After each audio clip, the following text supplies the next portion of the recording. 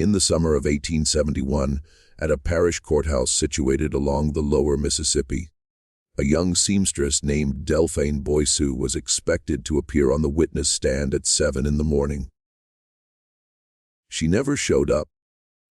The bailiff discovered her boarding room door, secured from the interior, her evening meal left untouched on the table, her footwear arranged with care beside the bed, and a solitary lamp still alight with just enough oil remaining to verify it had been burning well past midnight. What the bailiff neglected to document, and what the parish register would later omit for nearly 60 years, was that 3 other individuals who had been set to testify that same week were also unaccounted for by Friday.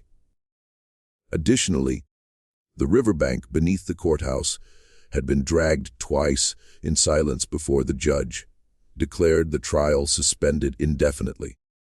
According to the records that do exist, she is described as 24 years old, unmarried, literate in both French and English, and in possession of a ledger that no one in authority ever confessed to having perused. That ledger, based on the account of the sole person who claimed to have handled it, contained the names of 17 men in the parish, along with the amounts each had paid to ensure certain matters and certain individuals vanished. Before we proceed further with the tale of Delphine Boissou and the courthouse at Pointe Coupee, take a moment to subscribe to the channel. Activate the bell so you don't miss what follows. And leave a comment telling me the state or city you are listening from right now. Knowing your location makes these narratives feel less like solitary voices in the darkness and more like a dialogue among strangers who have consented, for a brief while, not to turn away. Now draw closer, because what we are about to enter is not a ghost story. It is a documentation of what men will do when they believe no one is recording anything, and what one woman did when she realized, seated by an oil lamp in a secured room, that the sole weapon remaining to her was the decision of how she would be recollected. To comprehend what occurred with Delphine, you must first grasp the place that consumed her. Pointe Coupee was not a large settlement, even during its peak. It rested on a horseshoe bend of the Mississippi, roughly 40 miles downriver from Baton Rouge, where the bluffs gave way to cypress flats, and the August air was so dense that men claimed you could chew it between your teeth. The town had been established in the 1760s by French colonists who had drifted southward from the Illinois country. By 1871, its populace was a complex blend of old Creole families, formerly enslaved individuals who had remained on the plantations as laborers, Cajun farmers from the interior, Irish dockworkers who had come up from New Orleans after the Civil War, and a handful of northern agents representing cotton factors in Natchez and Memphis. The parish courthouse stood at the summit of a low rise, constructed from locally fired yellow brick that had already begun to soften at the edges. Its clock tower was the tallest structure for a day's journey in any direction.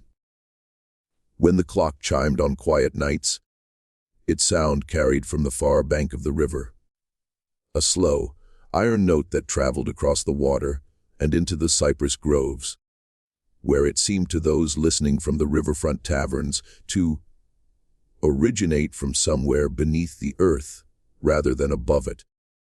This was a land of levees and lantern, lit wharves, of sugarcane rotting sweetly in the fields after harvest, of mosquitoes that rose from the swamps in clouds so thick they left marks on horses. The roads leading in from the interior were little more than ruts that turned to black mud in the rain and to a fine gray dust in the summer. That dust settled on everything. On the shoulders of men's coats, on the windowsills of the boarding houses, on the linen that washerwomen hung out to dry behind the laundries at the south end of town. It was also a region in the midst of a prolonged and resentful transformation, because the war had concluded only 6 years prior, and the men who had once governed Pointe Coupee were learning slowly and with considerable bitterness that governance was no longer entirely theirs. The parish housed a federal garrison of 12 soldiers quartered in a requisitioned warehouse near the steamer landing. It had a Republican sheriff imposed from Baton Rouge, a heavy-set man with a limp from Shiloh, whom none of the old families would invite to dinner. It had 3 newspapers, 2 of which printed in the careful coded language of the Reconstruction press, reminders of what had been and hints of what might return. And beneath all of that, it had a quieter restructuring the rearrangement of money. The cotton trade was shifting. The sugar economy had been devastated, and the old fortunes were being supplanted by newer ones built on methods that the old fortunes had also employed, but had never been compelled to document in 2 distinct sets of books. Delphine herself was not a native of the parish. She had arrived in 1867 from a small settlement farther south in the Bayou country, brought in by an aunt who operated a boarding house on Rue St. Louis, 2 blocks from the courthouse square. The aunt, a widow named Celeste Arseneau, rented rooms almost exclusively to young women who worked in the shops and laundries of the town, and she managed her house with the quiet severity of a convent. The parlor clock was not permitted to run slow. The front door was bolted at 9 o'clock. No mail callers were allowed past the front hallway, and every young woman who stayed in the house understood, without ever being told directly, that the preservation of a boarding house of respectable girls in Pointe Coupee in the year 1871 depended on maintaining appearances, and that appearances, in Celeste's view, were not the opposite of truth, but its protective armor. Delphine was slender, with the dark hair of her mother's lineage and the pale gray eyes of a Norman grandfather she had never met. She had inherited from that grandfather a habit of listening with her eyes half lowered, which people sometimes mistook for shyness, but was, in fact, keen attention. She took in sewing work, and by the spring of 1871, she had built a clientele that included the wives of cotton factors, the daughters of the parish judge, and 2 prominent women from the Catholic Charity Society. Her hands were quick, and her mouth was quiet. In a town where nearly everyone believed they knew everyone else's affairs, she was regarded as a person who kept her own counsel. She was also, by all accounts, devout in a gentle and unobtrusive manner, attending 6 o'clock Mass on Sunday mornings at the small brick church behind the courthouse and bringing communion to an elderly neighbor who could no longer walk. She had one suitor, a bookkeeper at the cotton warehouse named Etienne Pelletier, who had proposed marriage twice and been gently declined both times, though she continued to walk with him along the levee on Sunday afternoons. Pelletier was a patient man. He was 26, with a soft brown beard and eyes that squinted from too many years spent over ledgers. He had told a friend at the warehouse in the winter of 1870 that he intended to keep asking Delphine once a year for as long as necessary, because he believed that a woman who said no twice was not a woman who meant never, but merely a woman who meant not yet. There is nothing else in the surviving descriptions of Delphine that would have distinguished her for attention. She was, in almost every visible respect, an ordinary young woman of her class and station, which was, perhaps, exactly the reason someone chose her to keep the ledger. The ledger itself did not belong to Delphine.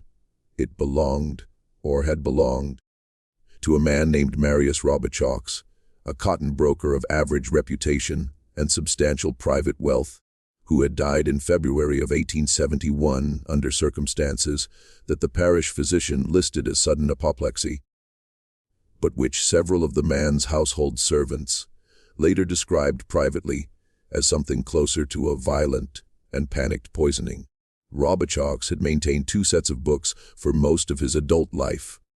One tracked his official business: bales purchased, warehousing fees, shipments to New Orleans, notes owed to the Baton Rouge banks.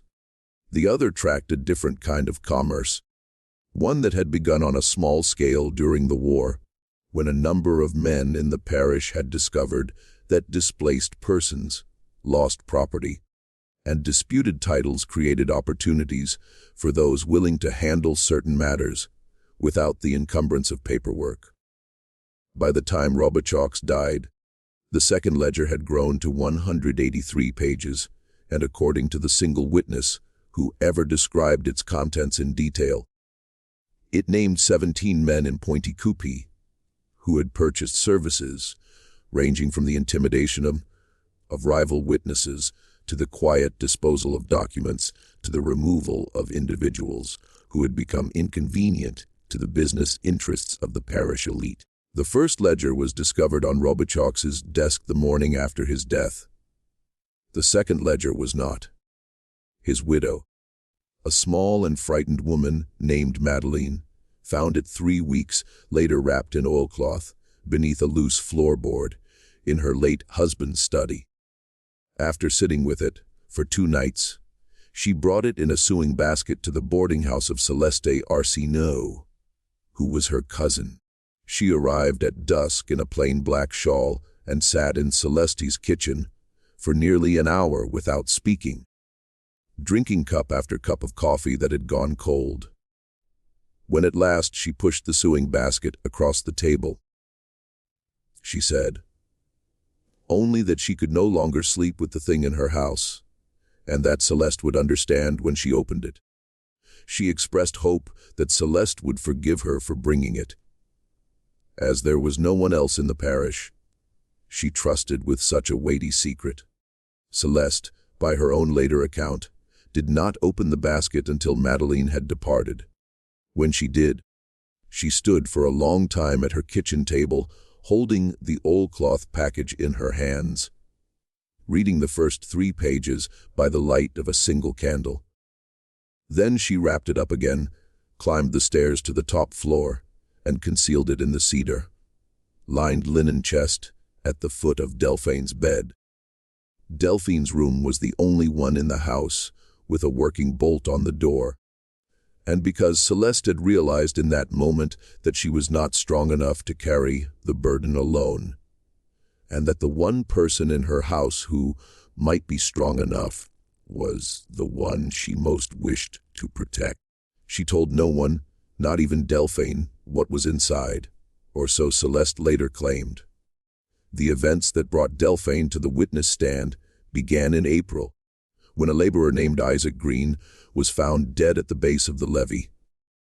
A man of perhaps 40, he had worked as a teamster for one of the old sugar plantations and had, in the preceding months, begun to file claims for wages unpaid since before emancipation. He had been a quiet man, by all accounts, a widower, a Methodist, a father of 3 grown daughters, and he had come to the federal agent's office in Baton Rouge twice, that winter carrying carefully written statements he had dictated to a schoolteacher in exchange for a week's labor on her woodpile. The parish authorities ruled his death a drowning. They noted in the brief report filed by the deputy coroner that his pockets had been empty, his boots missing, and the back of his skull showed the kind of injury consistent, the coroner wrote, with a fall against rocks in shallow water. 2 of his co-workers, both black freedmen named Solomon Reed and Marcus Freeman, came forward within a week to assert that Green had been beaten behind the cotton warehouse on the night of his death and thrown into the river afterward. They claimed to have seen 3 white men standing over him in the lantern light, one of whom was the foreman of the warehouse, a man named Jonas Perrin, whose family had been mentioned in the published obituary of Marius Robichaux as among the late broker's closest business associates. Under ordinary circumstances in the parish, such a claim would have produced no indictment and no investigation. The sheriff would have listened or not. The deputy coroner would have filed the report or amended it. Life would have resumed. But 1871 was not an ordinary year. A federal circuit judge named Horace Tremont had been appointed to oversee civil rights enforcement in the lower Mississippi districts. And Tremont was not from Louisiana. He was a Vermonter, a former Union colonel, a man in his 50s with a short gray beard and a trick knee from a musket ball at Spotsylvania. He believed, with the narrow and unshakable conviction of a New England Congregationalist, that the reconstruction of the South depended on the willingness of the federal courts to convict white men for crimes they had previously committed without consequence. Tremont did not shout. He did not make speeches. He did not give interviews to the newspapers. He simply read and wrote and issued subpoenas with a steady, methodical patience that his clerks said reminded them of a man carving a channel into stone with a penknife. Tremont scheduled a grand jury for the first week of July and subpoenaed not only the 2 witnesses who had come forward, but also any person in the parish known to have had dealings with Marius Robichaux. His theory was that Robichaux's second ledger, rumors of which had reached Baton Rouge, might contain information relevant to a pattern of organized violence against freedmen in the cotton trade. Delphine Boissou's name appeared on the subpoena list because Celeste Arsenault's name had been on the list first, and because when the federal marshal knocked on the boarding house door in the hot drizzle of a June afternoon, Celeste, terrified and ill with a fever that had begun the night before, pointed down the hallway and said that her niece was the one who could speak to what was kept in the linen chest. That is how, in the last week of June 1871, a 24-year-old seamstress with no living parents and no surviving brothers came to be the one person in Pointe Coupee who could put a ledger on the record and name, one by one, the men who had paid Marius Robichaux to make things and people disappear. She had read it by then. She had read it against her aunt's implicit wishes, sitting by the oil lamp in her room with the door bolted and the shutters closed, listening to the small noises of the house settling around her. The creak of the staircase, the soft tick of the parlor clock 2 floors below, the occasional bark of a dog from the levee road. She had read all 183 pages in 7 nights. On the first night, she had read only the opening pages, set it down, gone to bed, and lain awake until dawn. On the second night, she had read for 3 hours and had gone downstairs at midnight to make tea. Celeste, who had not been sleeping either, came to the kitchen door and looked at her for a long moment without speaking. Neither of them said anything. Delphine carried her tea back upstairs. Celeste returned to her bedroom. On the third night, Delphine began to keep notes in a small cloth-bound book kept at the bottom of her sewing basket, written in a personal shorthand that combined French abbreviations with a cipher of her own invention, substituting letters of the alphabet by the numerical position of saints' days in the liturgical calendar. By the 5th night, she had begun to discern patterns. By the 6th, she had begun to recognize names. When she closed it on the 7th night, she understood, with the clarity of a person who had grown up in a country where certain lessons were taught young, that she was now the most dangerous woman in the parish, and that the only thing protecting her was the fact that most of the 17 men did not yet know she existed. She did not sleep at all that 7th night. She sat in the wooden chair by the window with the shutters closed and the lamp guttering, watching the faint seam of gray slowly grow between the slats as dawn came up over the river. She thought about her mother, who had died when she was 11 of the fever that came through the bayou in the autumn of 1858.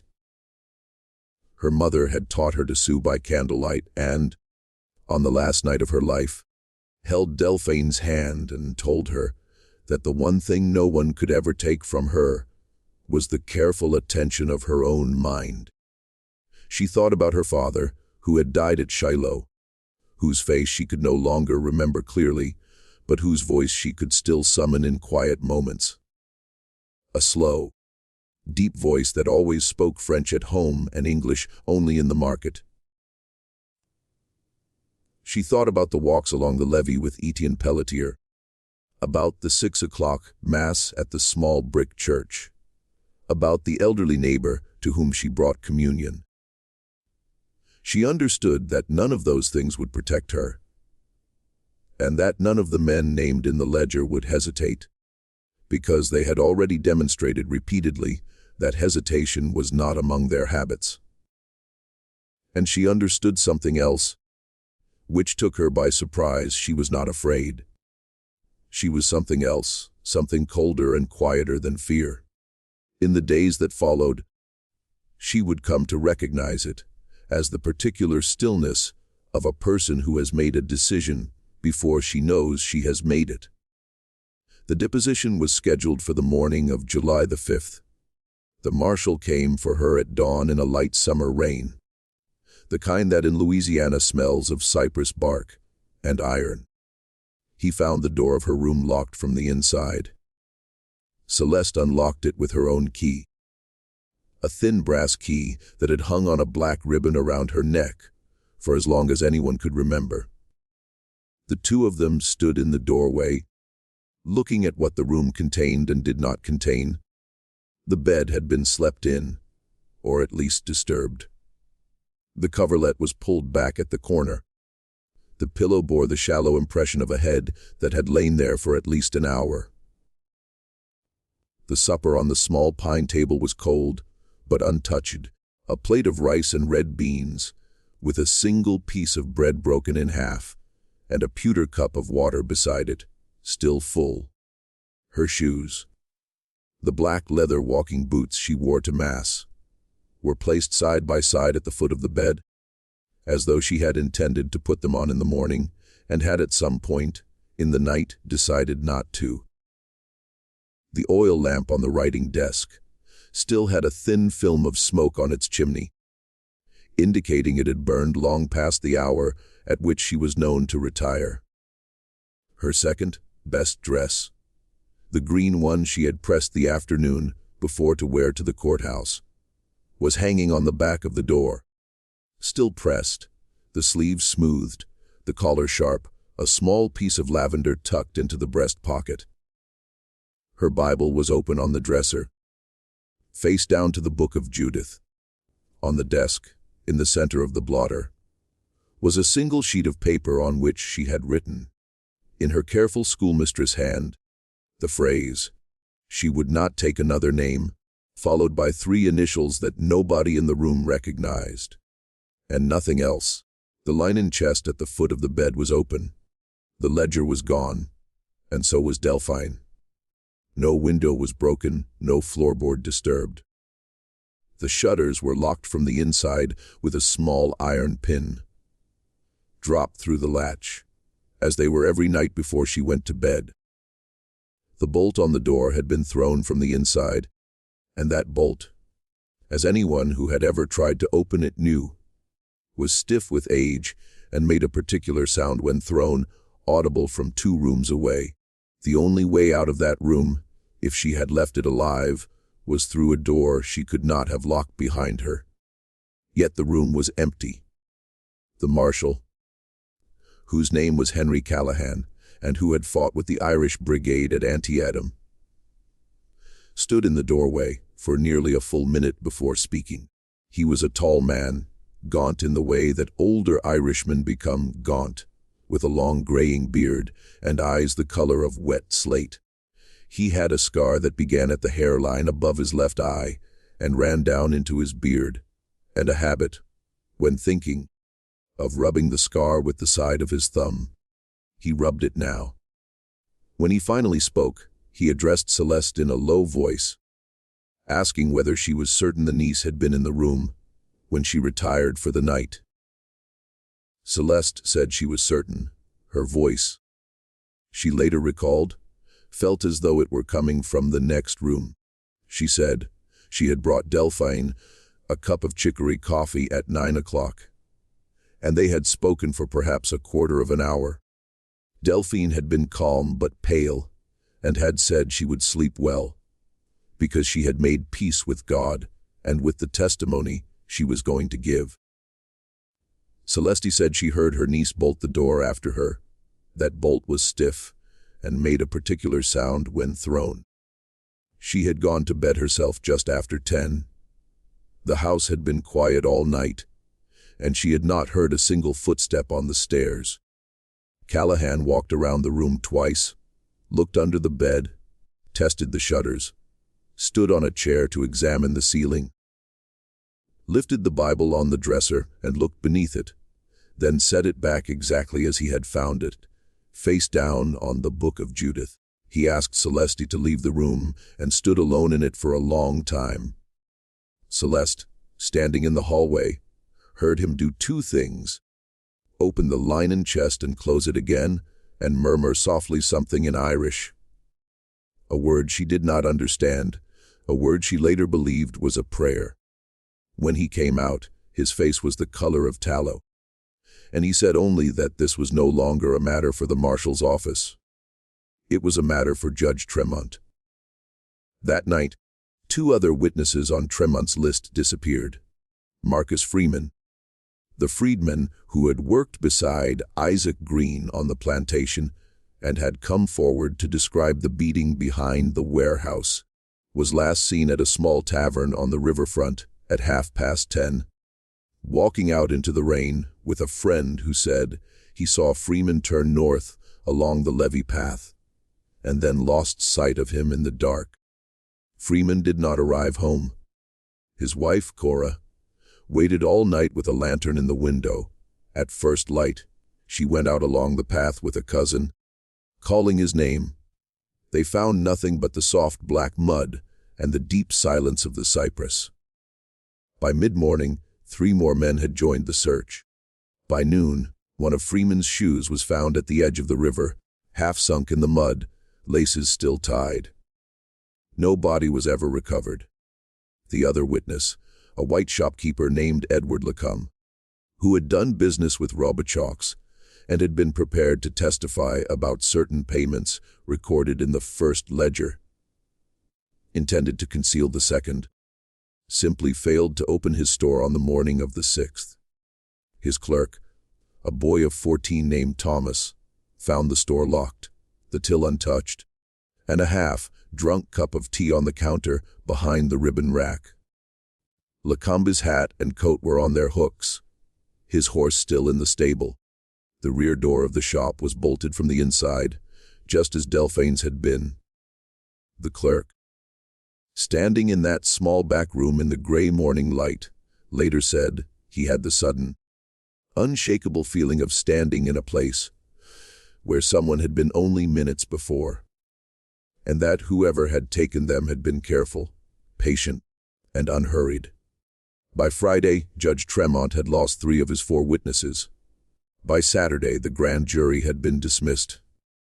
By the following Tuesday, the second ledger, which had been the reason for the entire proceeding, was officially considered by the parish authorities to have never existed at all. Decades later, in the years after the First World War, a young woman named Antoinette Duval came to Pointe Coupee from New Orleans to settle the estate of an aunt who had died without direct heirs. The aunt had been a daughter of Celeste Arsenault, and the boarding house on Rue St. Louis had passed to her, and from her, in 1919, to Antoinette. The house had been shuttered for 2 years by then. The rooms were dusty. The kitchen smelled faintly of mice and of coffee grounds left in a tin on a shelf for a decade. Antoinette was 26, a slender woman with her grandmother's pale gray eyes and her mother's dark hair, trained as a schoolteacher and engaged to a printer she had met at a lecture on the suffrage movement in Chicago. She had come south for a month to sort through what remained. Most of the house was sold or distributed within the first 3 weeks. But in the attic, in a locked tin trunk that had not been opened in at least 40 years, she found a bundle of papers tied with black ribbon.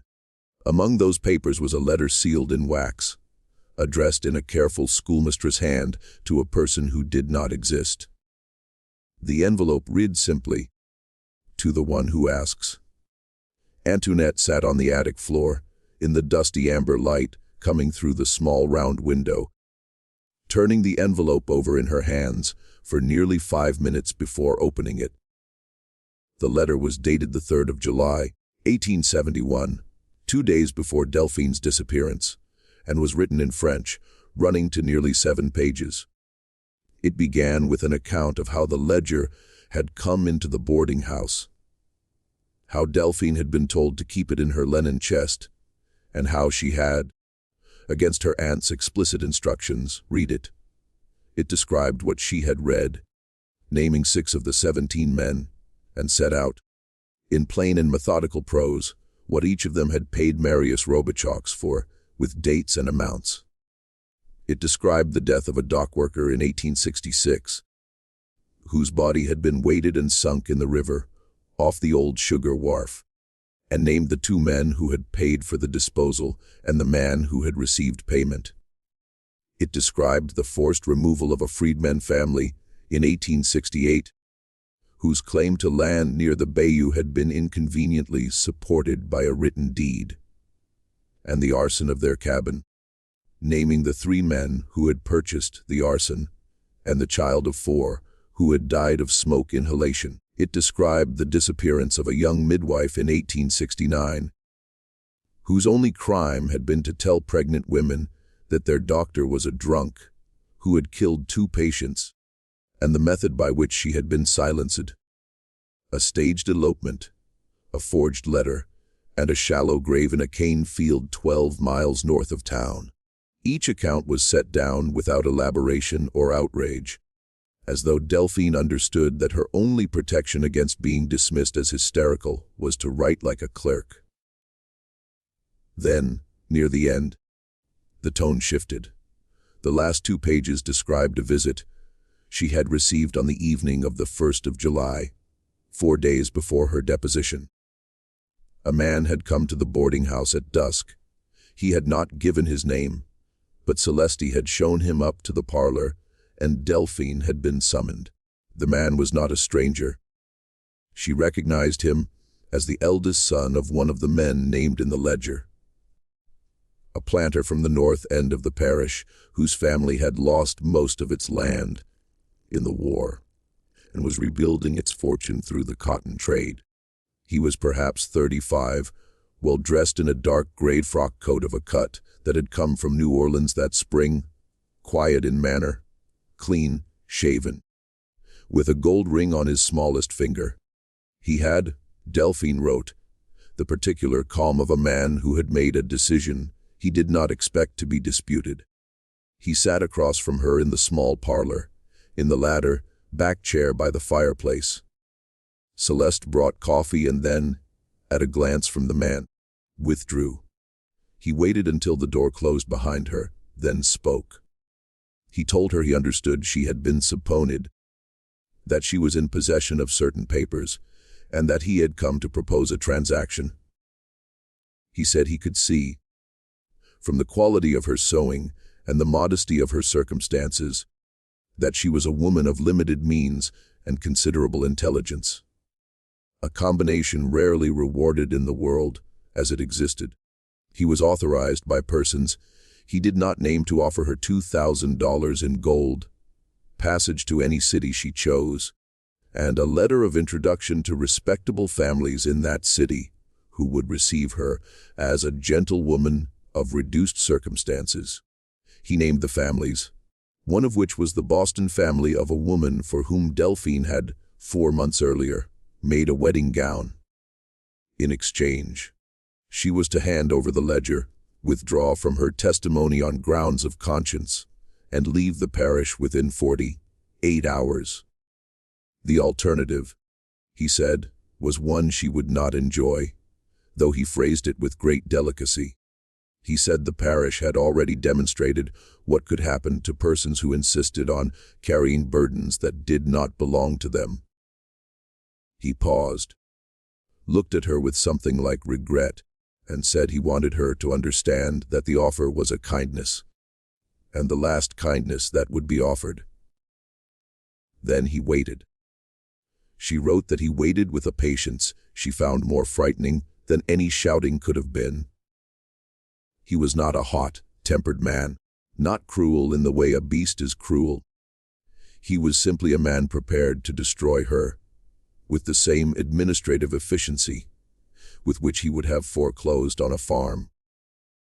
Delphine wrote that she looked at him for a long time, feeling for the first time in her adult life the full weight of what it meant to be a woman in a place like Pointe Coupee in a year like 1871. And then she wrote that she understood, in that moment, that the 17 men in the ledger were not a conspiracy so much as a system, and that the system was older than any of them, would survive all of them, and whether she took the gold and fled or handed over the ledger and stayed, it would not be dismantled by her testimony or her silence. She thought briefly about how she would describe the moment to Etienne Pelletier if she could, and understood she could not, and that the inability to tell him was itself a wound, a small cold wound she could not yet name. Then she wrote something that changed the entire meaning of the case. She asked the man a single question: who had sent him? He smiled slightly and said no one had sent him. He had come on his own because the other 16 were prepared to take measures he considered distasteful, and he wished to spare her and himself that distastefulness. He said the others would come on the night of the 4th, if she had not gone by then, and what they would do, she would not survive. Delphine thanked him for the warning, asked him to leave, and he left. She wrote that she sat in the parlor alone for nearly an hour afterward and realized, with a peculiar and almost weightless calm, that she had been given not a choice between life and death, but a choice between two different kinds of disappearance. To take the gold was to disappear as a person who had once mattered. To stay was to disappear as a body. And to do the third thing, the thing she had begun to plan as she sat alone while the clock in the tower struck 11, was to disappear as something else entirely. The letter ended there, with a signature and a date, and a note that she had written it in case the worst should come to pass and someone, someday, should want to know what she had chosen and why. When Antoinette Duval read the letter in 1919, she did not immediately tell anyone. She was 26, had grown up in New Orleans hearing rumors of a cousin who had vanished after the war, but her mother had always refused to speak of it, and the rumors never included names. Antoinette sat with the letter for 3 days, read it a second and third time, and on the 4th morning walked down to the parish courthouse carrying the letter in her handbag, asking to see the records of the grand jury that had been called in July of 1871. The clerk, a young man with oiled hair and a celluloid collar, told her politely that no such grand jury had ever convened. Antoinette produced a printed reference to it from a published memoir of Judge Horace Tremont, who had died in Vermont in 1903. The clerk excused himself for nearly half an hour. When he returned, he was accompanied by a man who introduced himself as the parish attorney, a thin, careful person in his 60s whose family name Antoinette recognized with a jolt. She hoped did not show in her face, as one of the 6 names in her cousin's letter. The parish attorney was courteous.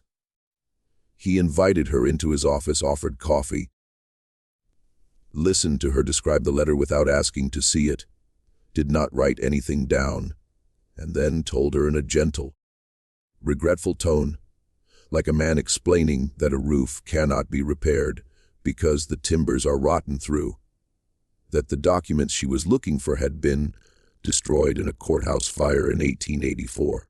The memoir, he said, was known to contain inaccuracies, and the family name of the young woman she was inquiring about did not appear in any parish record he could locate.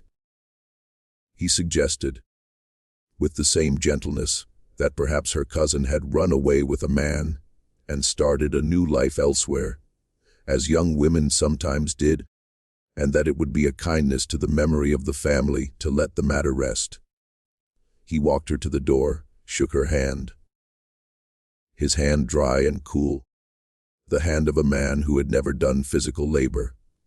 And on the street outside in the bright October light, Antoinette understood two things at once. The parish attorney had known the name of her cousin before she had spoken it, and the letter in her handbag was now the most dangerous object in Pointe Coupee, just as the ledger had been 48 years before. The patience that had waited for Delphine in a darkened parlor in 1871 was, in its slow institutional way, still waiting. She walked back to the boarding house by a different route, did not stop at the hotel, where she had left her midday meal on the table, did not speak to anyone she passed. She packed her trunk that afternoon, left on the first train the following morning, and did not set foot in Louisiana again for the rest of her life. Antoinette took the letter with her to New Orleans, then to Chicago, where she married the printer in 1922 and raised 2 daughters. The letter sat for another 40 years in a safe deposit box at a bank on Dearborn Street. She told her husband about it once, in 1931, on a winter evening, when snow was piling against the kitchen window and the radio was playing a program about the Scopes trial.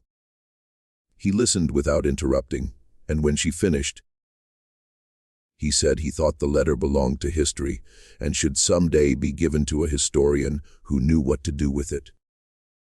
But the right historian, they agreed, did not yet exist, and the country was not ready. The safe deposit box would wait. It was her younger daughter, Rose, who finally brought it to the attention of a historian in 1963. After reading an article in a national magazine about the records of federal Reconstruction courts in Louisiana and the peculiar number of witnesses who had never lived to testify, the historian, a young assistant professor at Tulane named James Hodges, flew to Chicago within a week. He was 31, a graduate of the University of North Carolina, the son of a Methodist minister, and he had been looking for a case like this for 3 years without knowing it was the case he was looking for. He read the letter twice in Rose's kitchen with a cup of coffee in front of him that went cold, then asked carefully whether the family had kept any other papers from the aunt's estate. Rose said there was a trunk in the basement nobody had opened in her lifetime.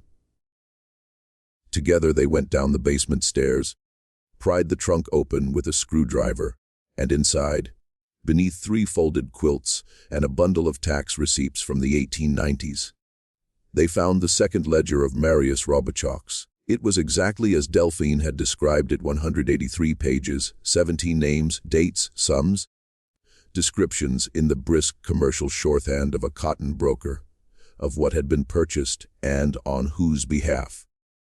Hodges sat on the basement floor and read it for 2 hours without speaking. The furnace clicked on and off. A neighbor's dog barked outside. At one point Rose brought down a fresh pot of coffee and set it on a wooden crate beside him, and he did not look up.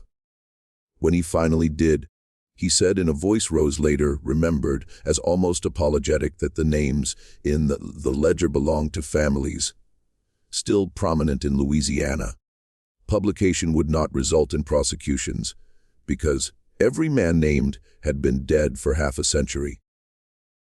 What they were holding was not evidence but history, and history in a country as young and reluctant as the United States was sometimes the only justice the dead ever got.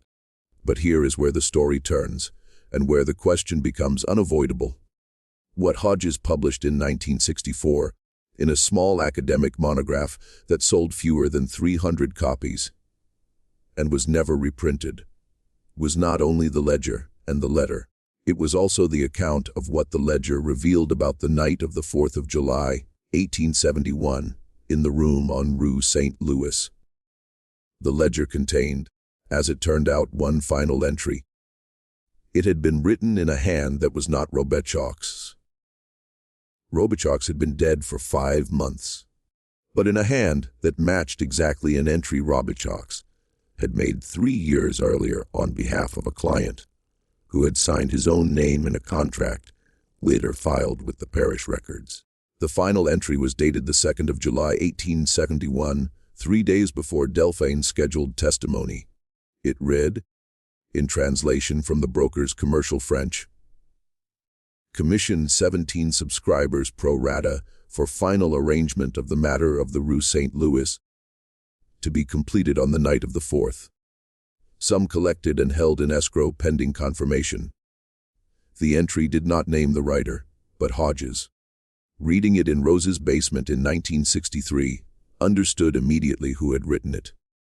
There was only one person in the parish, apart from Robichaud, who had known every subscriber by name and the exact amount each would be assessed for a pro rata commission: the senior clerk of the cotton warehouse, a bookkeeper with a soft brown beard and squinting eyes, who had walked down the levee with Delphine on Sunday afternoons and asked her twice to marry him, and who had been from the beginning the man the 17 had sent to watch her.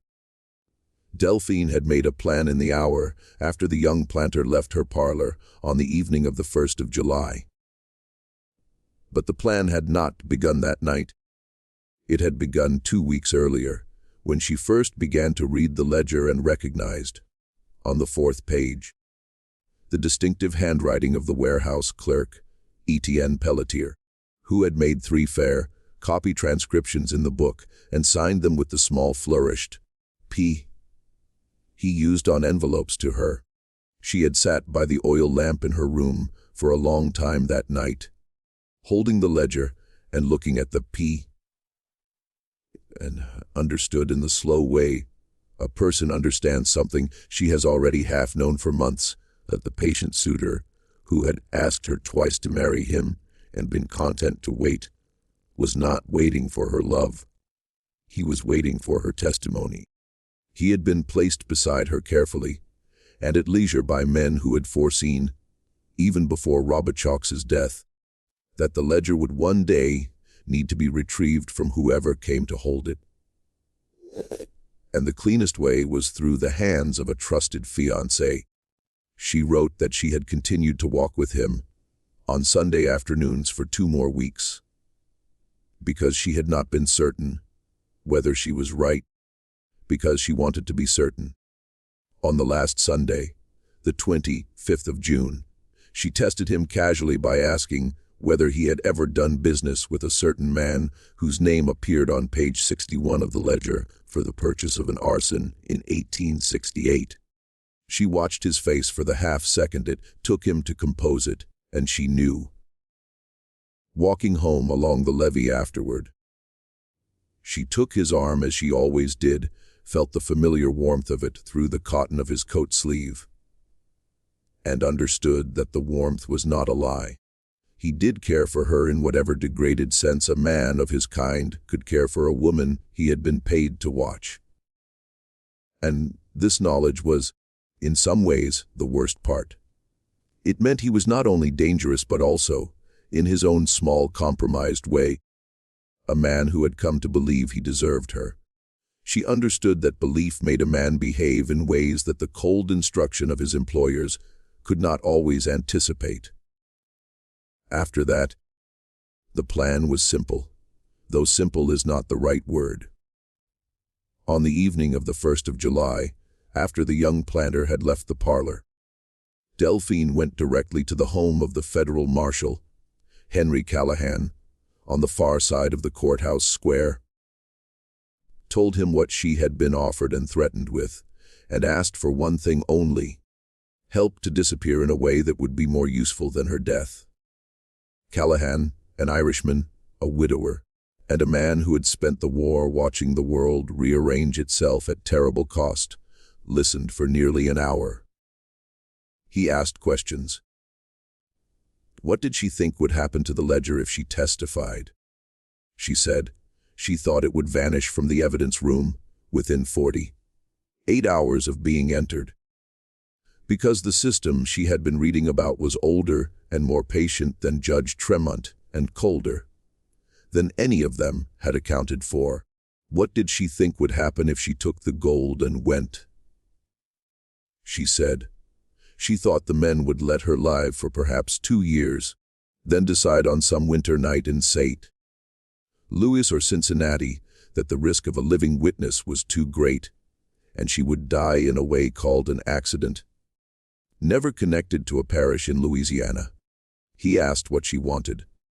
She said she wanted the ledger to survive, the 17 men to believe they had won, to live quietly somewhere not Louisiana, and above all, to leave behind an account that someone, one day, would read. Callahan sat across from her at his small kitchen table for a long time. At last, in the soft, deliberate voice of a man weighing a professional matter, he said he thought it could be done. It took him 3 days and most of the private funds he had been saving to move back to Massachusetts after retirement. Between them, in those 3 days, they arranged for Delphine to be placed on a cotton steamer, bound for Cincinnati on the night of the 4th. Traveling under the name of a woman from Natchez who had died of yellow fever 2 years earlier, and whose papers had been quietly preserved in the marshal's files. They arranged for her supper to be left cold, her lamp burning, her shoes placed beside the bed, and her door locked from the inside by a trick of the bolt that Callahan had learned from a burglar in New York before the war. A method involving a length of fine copper wire and a patient hand, leaving no evidence of tampering. They arranged for the room to appear to contain a vanished woman, so the 17 men of Pointe Coupee would believe they had succeeded and stop looking. And Delphine, at the last, arranged for the ledger to be placed in her aunt's hands in the linen chest, with instructions to hide it in the tin trunk in the attic until the world became a place in which it could be read. But there was one thing more, one thing Hodges published in 1964 and has been largely forgotten since, because it did not fit the clean shape of a tragedy ending in survival. On the night of the 4th of July, when 3 men entered the boarding house on Rue St. Louis by the back garden with a key, given them by the warehouse clerk, Etienne Pelletier, and climbed the stairs in stocking feet to the top floor, they expected to find Delphine. They did not expect to find the door already bolted from the inside, with the particular silence of a room arranged. They stood in the hallway for nearly a full minute, listening. One knocked softly 3 times, in a pattern Pelletier had told them Delphine would recognize as his own. They waited, no answer came. They knocked again louder. With the edge of a pistol, no answer came. Then, Hodges wrote, they did what had been agreed upon in advance. Shot the bolt off the door with a single careful pistol, shot muffled by a leather cushion, entered the room, and found what they found. A cold supper. A lamp still burning, shoes beside the bed, a Bible open face down on the Book of Judith, and a single sheet of paper on the desk on which the missing woman had written the phrase, "She would not take another name." They stood in that room, the 3 of them, and came slowly to the same conclusion Callahan had come to in the morning. A body was not going to be found. A ledger was not going to be found, and something had gone wrong in a way that could not be explained. 2 of them left by the back garden. The 3rd stayed, because the 3rd was Etienne Pelletier. Pelletier sat down on the chair by the window in the room that still smelled faintly of lavender and of the cooling wick of the oil lamp. He read the sheet of paper on the desk, folded it twice, and put it in his coat pocket. Then he sat for a long time in the dark. He understood, before the other two, what had happened. Because he had known Delphine better than any of the 17 allowed themselves to know her. She had seen through him and through them, and she had done the one thing none of them had prepared for. Vanished in a way that rendered their power meaningless. He understood that the paper in his pocket, with its 3 initials and 6 words, was addressed to him. She would not take another name. Not his, not any.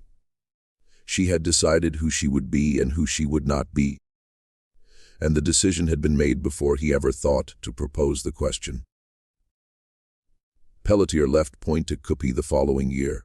He is recorded in the 1880 census as a bookkeeper in a small cotton warehouse in Mobile, Alabama, unmarried, living in a rented room. He never married.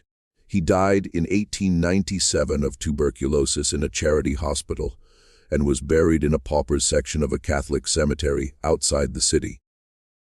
The paper with the 3 initials was not among his effects. Whether he burned it, buried it, or carried it to the end and asked for it to be placed in his coffin is not known. Delphine, for her part, lived. She lived in Cincinnati for 6 years under the name of the dead woman from Natchez, teaching French to the daughters of river merchants, renting a room in a Quaker widow's house, attending a small Episcopal church on Sunday mornings because she understood the papers she carried would not stand up to scrutiny from a Catholic parish with which the dead woman's family had maintained correspondence. She sent money anonymously through Callahan to Cora Freeman in New Orleans for 11 years, until Cora moved and the address was lost. She moved to Boston in 1877, worked briefly for a publishing house as a copy editor of French translations, then in 1882 moved to a small town in western Massachusetts, where she taught French at a girls' school for nearly 30 years. She never married. She wore for the rest of her life a thin silver chain around her neck holding a small oval locket. When opened after her death by the headmistress of the school, it contained only a folded piece of paper on which 3 initials had been written in a hand faded almost to nothing. She never returned to Louisiana, never spoke of Pointe Coupee. She subscribed, however, to a New Orleans newspaper for 46 years, reading it in the evenings by the window of her small sitting room. Her colleagues remembered, with a pencil in hand and a cup of chicory coffee beside her. What she marked in those papers, if anything, nobody ever asked. She died in 1928 at the age of 80, one of pneumonia following a stroke, buried under a name that had never been hers in a New England churchyard, where the headstone gives a date of birth not her own. The letter in the tin trunk, addressed to the one who asks, was the last piece of writing she ever signed with her real name. What she had chosen on that night in the parlor was not life and not death, but a third thing to become, in the records of Pointe Coupee, a woman who had vanished while remaining in the records of her own life. A woman who had lived. She understood that the ledger would not destroy the system, but also that the system's greatest weapon against women like her was not violence but erasure. And the only revenge available to her was to survive and leave a record that would someday be read. Marcus Freeman was not so fortunate. His body was never recovered. The men who took him from the levee path on the night of the 4th of July were never identified in any document that survived the 1884 courthouse fire. Though 3 of the 17 names in Robichaud's ledger are known to have purchased, in the weeks afterward, unusually large quantities of lime from a warehouse in Baton Rouge. His widow, Cora, raised their 4 children alone, took in washing for a living. moved to New Orleans in 1878, and lived to see her youngest son become a Pullman porter on the New Orleans to Chicago line. She died in 1902 in a small rented room on Dauphine Street with her daughter at her side. And when asked years later whether her mother had ever spoken of the night her father disappeared, the daughter said she had spoken of it exactly once, on the night before she died, saying only that she hoped somewhere a record still existed and that somebody, someday, would find it. Edward Lacombe, the shopkeeper, turned up 3 weeks after his disappearance in a jail in Memphis, beaten so severely he could no longer speak clearly. He lived the rest of his life in a rooming house run by Methodist missionaries, selling penny candy from a wooden tray to children, passing his window on the way home from public school. He never testified, never wrote an account, died in 1889 of a respiratory illness, and was buried in a pauper's grave. Judge Horace Tremont was transferred to a circuit in Indiana the following year. His attempts to press for reopening of the Pointe Coupee grand jury were quietly blocked at the department level by superiors, citing unavailability of witnesses.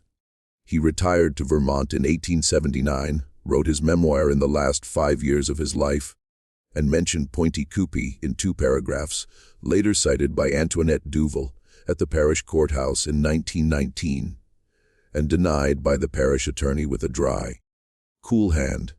The young planter who had come to the boarding house at dusk with an offer of gold and passage lived until 1911, became a state senator, endowed a library, and is commemorated by a bronze plaque in the parish court house calling him a man of honor and discretion. His family still lives in Pointe Coupee. Marshal Henry Callahan retired in 1874, moved back to Massachusetts, and died in 1891 in a small cottage near Lowell, remembered in the local history society as a veteran who spoke rarely of the war and never at all of his years in Louisiana. Among his effects was a locked wooden box containing letters from a woman who signed herself only with a single initial. The box was sold at auction, and the letters have not been seen since. The ledger, published by James Hodges in 1964, sits today in a glass case in the Tulane University archives, and the letter sits beside it. Together, they are consulted perhaps 3 times a year, usually by graduate students writing dissertations on Reconstruction-era violence, who remark in footnotes on the curious coincidence of a witness whose disappearance was so thoroughly staged that her body was never found. This story shows us something that the word mystery does not quite cover. History is not only the record of what was done, but also the record of what was silenced. The people who understood this most clearly were not the historians who came later, but those who lived it, who stood in darkened parlors, looked across at men offering passage in exchange for testimony, and understood the choice as one between being remembered wrongly and being forgotten entirely, and who found, sometimes, a third door that nobody had thought to close. It shows that a locked room with a cold supper, a burning lamp, and shoes placed neatly beside a bed is not always a scene of death. Sometimes it is a scene of authorship. The moment a woman who has read 183 pages of a ledger decides what story the parish will tell about her and refuses the one they would have written. It shows that the most patient man in the room is not always the most dangerous, and the most dangerous woman is sometimes the one watched so closely that her watchers forget to notice what she sees. And finally, it shows that the system that waited in that parlor is not an artifact of a vanished century, because the patience with which it waited, the administrative efficiency with which it disposed of inconvenient people, and the long, slow silence into which it folded its victims are things a careful reader of the present will recognize. What do you think of this story? Do you believe Delphine chose the only path that could have been chosen, or Was there something she might have done differently? Do you believe Etienne Pelletier, sitting alone in that empty room, with a piece of paper in his coat pocket, understood what he had lost? Or do men like that never understand until long after the losing? Do you think Marcus Freeman's name should be on that plaque in the courthouse instead of the senator's? Leave your answer in the comments below. I read them, and these conversations are part of why the channel exists. If this story stayed with you, share it with someone who loves the dark corners of American history. Subscribe if you haven't already, and turn on the notification bell so you don't miss what comes next. There are other ledgers in other parishes, and we are only beginning to open them. I will see you in the next video.